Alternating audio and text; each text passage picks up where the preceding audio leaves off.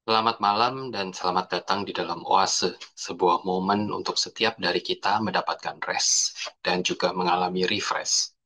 Bapak Ibu, Oase hari ini memasuki episode yang ke-263. Banyak orang hari ini menjadi seeker, seorang yang mencari berkeliling untuk sebuah pengalaman rohani di sana dan di sini. Tetapi ujung-ujungnya tetap merasa kosong. Masalahnya mereka mencari di tempat yang salah. Kedamaian sejati tidak datang dari teknik tertentu atau sebuah suasana tertentu, tetapi hanya datang dari satu pribadi, yaitu Yesus. Selama dia tidak menjadi pusat, maka pencarian itu hanyalah sebuah perjalanan berputar tanpa akhir. Bapak Ibu, pertanyaannya adalah apakah kita mencari Tuhan atau kita hanya sekedar mencari kepuasan rohani? Mari Bapak Ibu, kita mengambil waktu berdiam sejenak di hadapan Tuhan.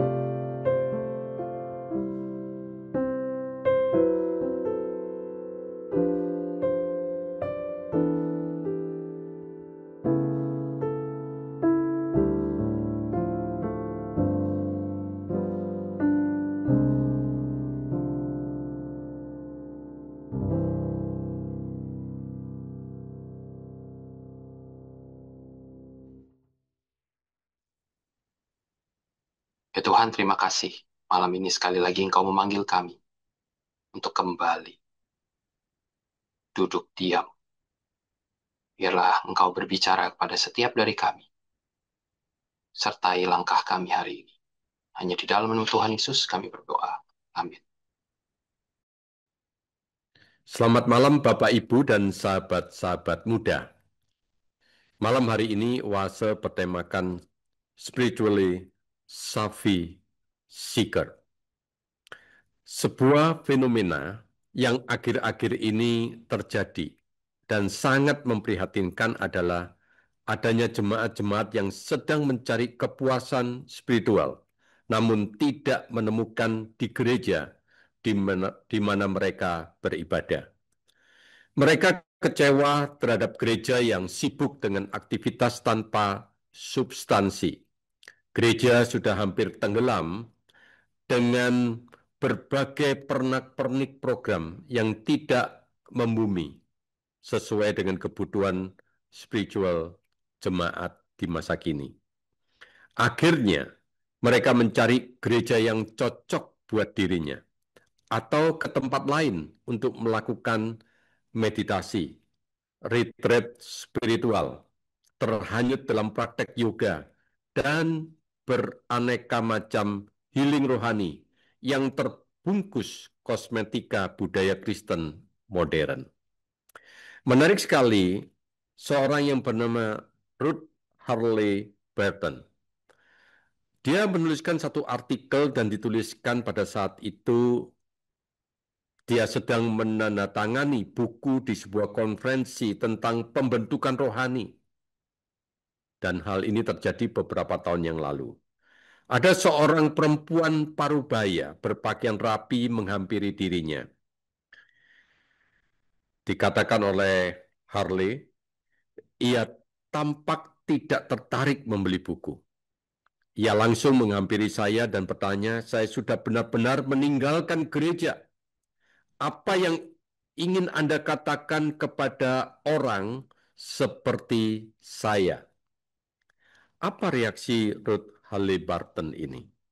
Dia menyampaikan jeritan hatinya. Saya merasakan apa yang dia katakan. Hati saya hancur sekali ketika menyadari bahwa hal yang sebenarnya dapat dan seharusnya menjadi pusat dari hakikat gereja, yaitu transformasi rohani bersama dalam hadirat Kristus, sudah tidak dialami oleh jemaat di gereja, sehingga mereka bahkan tidak lagi berharap untuk menemukan di gereja. Jujur saja saat ini, ketika komunitas sejati dan perubahan hidup nyata adalah yang dicari orang, mereka cenderung beralih ke tempat yang lain, kelas yoga, retreat, atau pusat spiritualitas, klub lari, atau pertemuan informal teman-teman sepemikiran yang ingin mendalami lebih dari yang mereka harapkan, dan itu ditawarkan oleh gereja. Dan siapa yang bisa menyalahkan mereka? Kita bisa menghakimi orang-orang yang spiritual tetapi tidak religius, sesuka hati. Tetapi orang-orang yang berpikiran spiritual masa kini tidak ragu untuk memilih untuk meninggalkan gereja. Bapak, Ibu, dan sahabat-sahabat muda, saya sependapat dengan apa yang disampaikan Ruth Halliburton ini.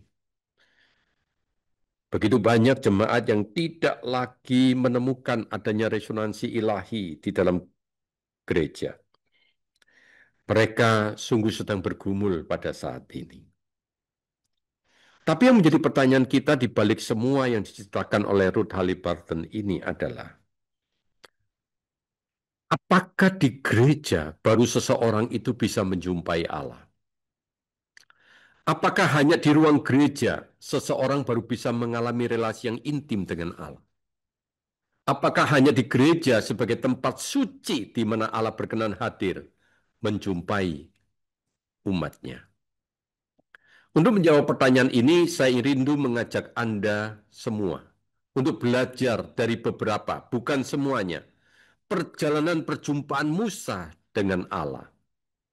Menarik sekali, kisah Allah menjumpai Musa justru itu di padang gurun Horeb, di antara semak-semak duri. Bapak Ibu bisa mempelajari dalam Keluaran pasal 3 ayat 1-6. Tentunya perjumpaan ini sangat menggetarkan hati Musa. Tidak menyangka sama sekali bila Allah menjumpai secara pribadi kepada dirinya, yang pada saat itu hanyalah sebagai seorang gembala kambing di padang gurun. Bahkan menjumpai di satu tempat yang tidak pernah dipikirkan, yaitu di sebuah padang gurun yang gersang. Bukan satu tempat yang nyaman untuk berjumpa. Namun, adalah satu tempat yang ideal, di mana di dalam keheningan ada perjumpaan yang sangat menakjubkan. Peristiwa ini dicatat di Alkitab sebagai awal pertemuan pribadi Allah dengan Musa. Perjumpaan berikutnya itu di Mesir, kemungkinan dekat istana, sebagaimana tercatat di dalam Keluaran pasal 4 ayat 1 sampai 17, di mana pada saat itu ada keraguan Musa, dan di situ Allah menjumpainya dengan berbicara secara langsung dan menunjukkan mujizat, tongkat menjadi ular dan tangan menjadi kusta, dan Allah menegaskan bahwa ia akan menyertainya. Perjumpaan Musa bukan hanya di padang gurun atau di dekat istana, saudara, tetapi juga di Gunung Sinai. Sebagaimana tertulis di dalam Keluaran pasal 19, pasal 20 dan pasal 24, di mana Musa berjumpa dengan Allah, menerima hukum Taurat, dan melihat manifestasi kemuliaan Allah. Di dalam Keluaran pasal 24 ayat 18, di sana dikatakan Musa memiliki waktu bersama dengan Allah 40 hari, 40 malam. Itu merupakan satu perjumpaan yang begitu luar biasa. Ia berada di atas gunung itu 40 hari dan 40 malam. Tentunya bagi Musa, ini merupakan satu perjumpaan pribadi yang sangat sulit dijelaskan melalui kata-kata. Inilah yang membuat Musa menjadi Safi seeker, yang dengan terus-menerus memohon kepada Allah untuk melihat kemuliaan Allah. Sebagaimana tertulis di dalam Keluaran pasal 33 ayat 18 sampai 23. Jawab Musa, lihatkanlah kiranya kemuliaanmu kepadaku. Lalu Tuhan berfirman, aku akan membuat seluruh kegemilanganku lewat di hadapanmu dan akan menyerukan nama Tuhan di depanmu. Aku akan memberi kasih karunia kepada orang yang kuberi kasih karunia, dan aku akan mengasihani orang yang kukasihani. Firman-Nya lagi, engkau tidak dapat melihat wajahku, sebab tidak mungkin manusia melihat aku dan tetap hidup. Perhatikan ayat 19. Aku akan membuat seluruh kegemilanganku lewat di hadapanmu. Lalu dikatakan, aku akan memberikan kasih karunia kepada orang yang kuberikan kasih karunia. Kemudian kita lanjutkan ayat 21 sampai 23. Lalu Tuhan berfirman, ada satu tempat di dekatku di atas gunung batu itu, engkau dapat berdiri. Ketika kemuliaanku lewat, aku akan menempatkan engkau dalam celah gunung itu dan melindungi engkau, sebab tanganku sampai lewat. Kemudian aku akan menarik tanganku dan engkau akan melihat punggungku, tapi wajahku tidak akan kelihatan. Ini merupakan satu perjumpaan yang luar biasa di kemah pertemuan. Bapak, Ibu, dan sahabat-sahabat muda, ini merupakan satu pertemuan yang begitu luar biasa yang boleh terjadi di dalam diri Musa. Dan kemudian pertanyaan kita, mengapa Musa begitu berani meminta kemuliaan Allah? Mengapa dia begitu berani meminta melihat kemuliaan Allah? Kuncinya adalah di Keluaran 33 ayat 11a. Tuhan berbicara dengan Musa dengan berhadapan muka seperti seseorang berbicara dengan temannya, dengan sahabatnya. Menarik sekali apa yang dikatakan ayat ini dikomentari oleh Timothy Keller. Dia mengatakan, Musa yang sudah menjadi sahabat Allah meminta lebih. Safi seeker. Ya, ini melihat kemuliaannya. Ini menunjukkan bahwa semakin kita mengenal Allah, semakin kita rindu akan Dia. Bukan sekedar berkatnya. Doa sejati selalu bergerak dari permintaankan hal-hal dari Allah menuju kerinduan akan pribadi Allah itu sendiri. Saya setuju Bapak Ibu dikatakan oleh Timothy Keller ini. Inilah yang sungguh-sungguh di mana Musa itu berani meminta untuk melihat kemuliaan Allah. Karena dia tahu Allah sudah menganggap diri dan menjadikan dirinya sebagai seorang teman, seorang sahabat. Disinilah saudara kita melihat ada satu penekanan. Musa adalah seorang yang spiritually savvy seeker. Julbik mengatakan, Keluaran 33:11a itu bukanlah gambaran fisik melihat wajah Allah, melainkan immediacy spirit to spirit. Satu ikatan rohani yang langsung, yang pribadi, dan yang mendalam. Kita bisa membayangkan, saudara, bagaimana Musa itu mengalami perjumpaan dengan Allah. Dan itu sulit untuk dikatakan dengan kata-kata.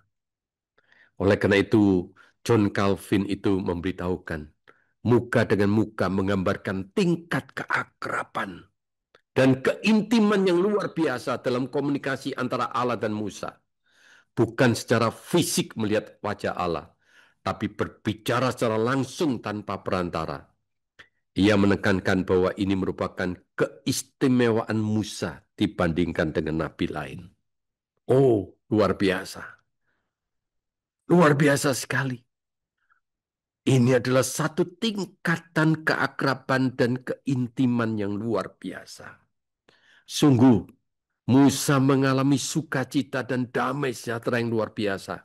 Mengalami keakraban, perjumpaan pribadi dengan Allah. Peter Enns itu mengatakan, saudara, penggunaan istilah ini lebih mengarah pada hubungan yang mendalam dan langsung seperti heart to heart. Antara dua sahabat, dari hati ke hati. Oh, betapa indah perjumpaan ini. Sehingga apa yang dapat kita katakan, saudara, kalau kita melihat adanya satu perjumpaan hati ke hati, satu ikatan rohani yang secara langsung, ataupun dikatakan ini satu perjumpaan antara dua orang sahabat. Dan di situ kita melihat bagaimana Allah memberikan kasih karunia kepada siapa yang dia ingin memberikan kasih karunia. Dan disitulah Musa itu mengalami kasih karunia Allah. Mengalami perjumpaan yang luar biasa. Sehingga Jonathan Edward mengatakan, afeksi rohani sejati adalah hasrat yang mengarah pada kenikmatan akan kemuliaan Allah. Bukan sekedar berkatnya. Pengalaman Musa dalam perjumpaannya dengan Allah, baik di gunung maupun dalam kemah pertemuan, menunjukkan inti dari kasih dan sukacita dalam hadirat Allah. Musa mengasihi Allah karena siapa dia? Bukan semata karena apa yang dapat diberinya. Saudara, ini merupakan afeksi rohani sejati. Betapa nikmatnya relasi dengan Allah sebagai sahabat. Sehingga Musa yang adalah seorang safi seeker di dalam ayat yang ke-13 ini.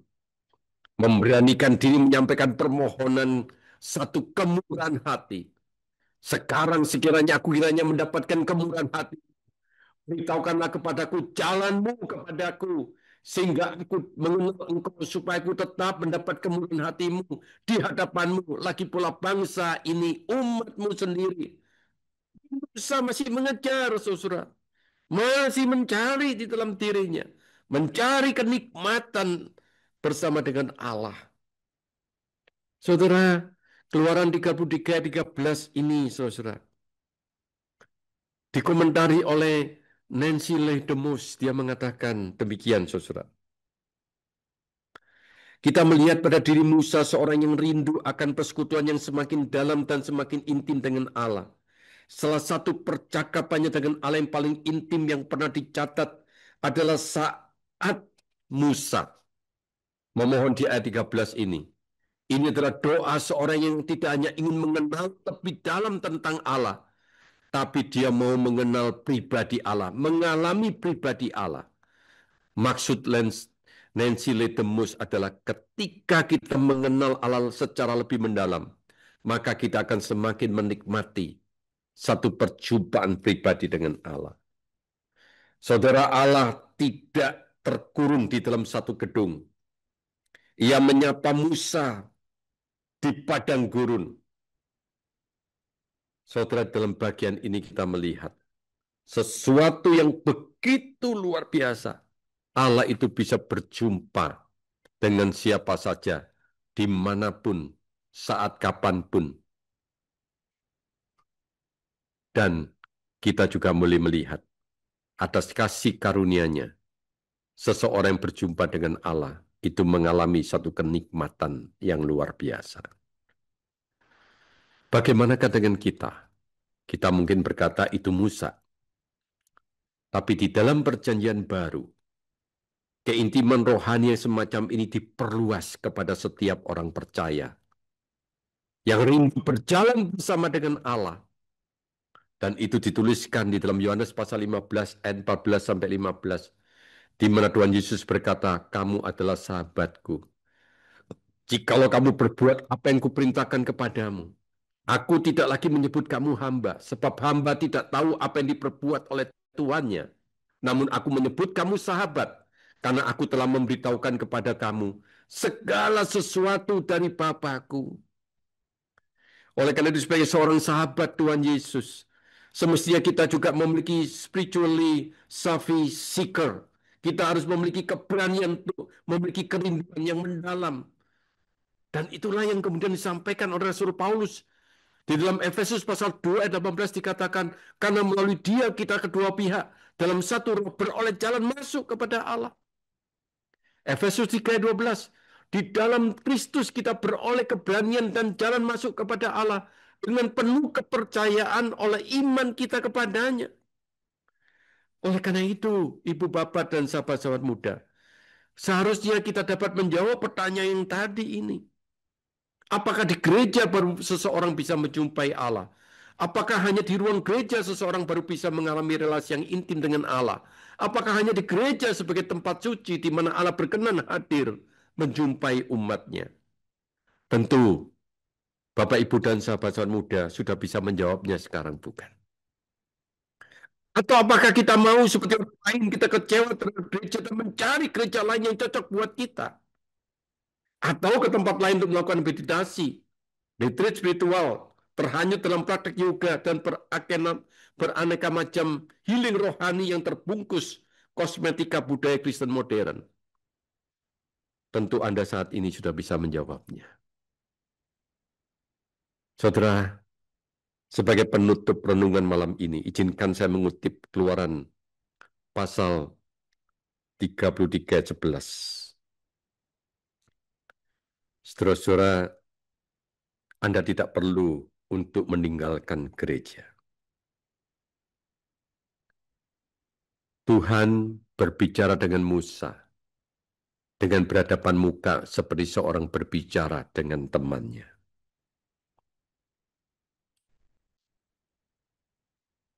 Saudara, ada seorang yang bernama Chris Tygrin itu mengatakan seperti ini, saudara. Tanpa mengkompromikan keagungan dan kesucian Allah, kitab suci memanusiakan relasinya dengan seseorang. Tidak ada komentar ketidaklayakan Musa sebagai manusia berdosa atau natur Allah yang tidak bisa didekati. Tidak disebutkan kemungkinan Musa akan meninggal dalam hadiratnya seperti yang ditakutkan bangsa Israel akan terjadi pada diri mereka. Tidak ada detail ritual atau pengakuan dosa yang harus Musa buat bercakap-cakap dengan Allah. Pernyataan tersebut hanya menyebutkan mereka bertemu dengan teman.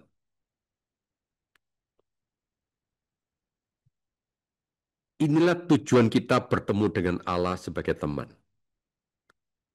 Kita ingin mendengarnya berbicara kepada kita dengan kata-kata yang tidak dapat kita mengerti. Sama seperti jika kita sedang minum kopi bersama dengan seseorang dan menikmati percakapan yang transparan, kita sangat merindukan keintiman dan keakraban dengan Allah, seperti Musa alami. Ibu bapak dan sahabat-sahabat muda, saat ini sahabatmu itu sedang menantimu. Dan dia berkata dalam Wahyu pasal 3 ayat 20, lihatlah, aku berdiri di depan pintu dan mengetuk.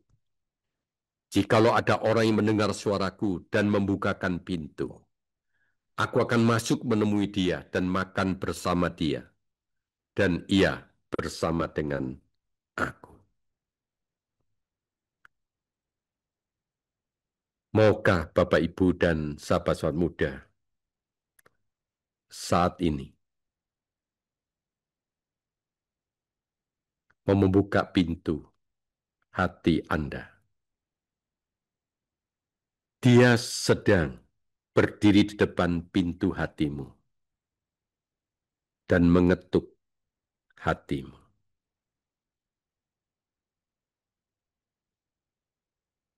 Apakah kita mendengar suara ketukan itu dan mau membuka pintu hati kita? Dia berjanji, dia akan menemui Anda dan saya, makan bersama Anda dan saya,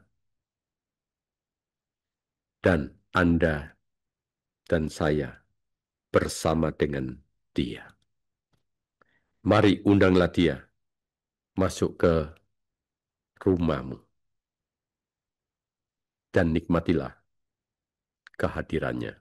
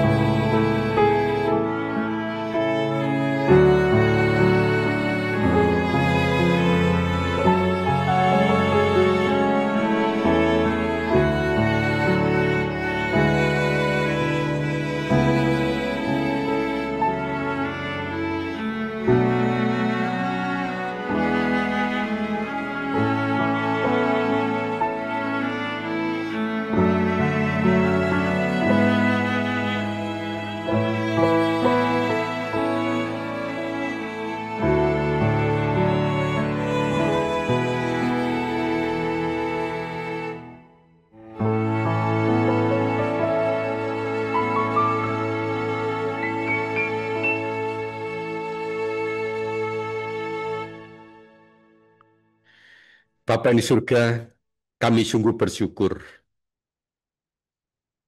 Engkau berdiri di depan pintu.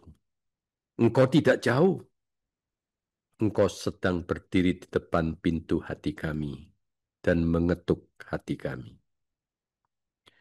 Berikan ya Tuhan kepekaan untuk mendengar ketukan-Mu itu Tuhan. Dan membuka pintu rumah hati kami untuk Engkau masuki. Dan kami mengalami kehadiran seorang teman yang sejati. Teman karib yang tidak akan mengecewakan kami. Seorang sahabat yang penuh dengan kepedulian, penghiburan, serta kekuatan. Kami ya Tuhan, sungguh bersyukur. Karena Engkau dapat dijumpai dimanapun. Karena Engkau selalu berdiri di depan pintu hati kami. Dalam nama Tuhan Yesus Kristus kami naikkan doa kami. Amin.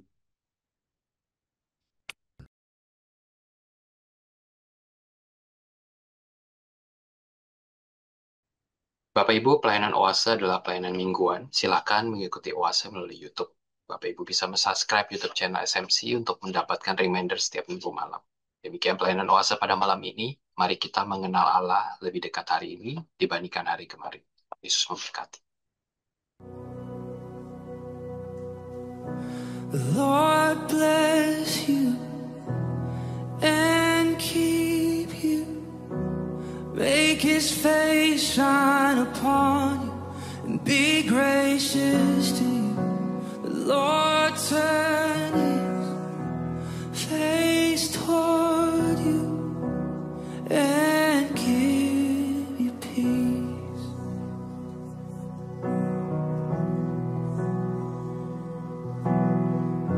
The Lord bless you and keep you.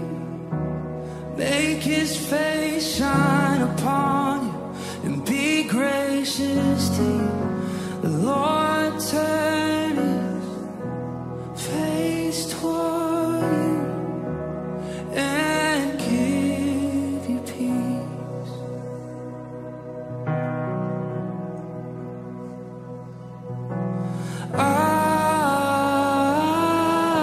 Amen. Amen. Amen.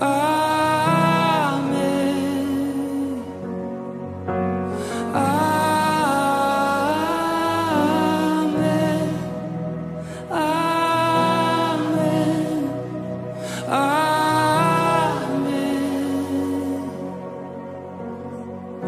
The Lord bless you and keep you. Make His face shine upon you and be gracious to you. The Lord turn His face toward you and give you peace. Yes, we receive, we agree. Amen.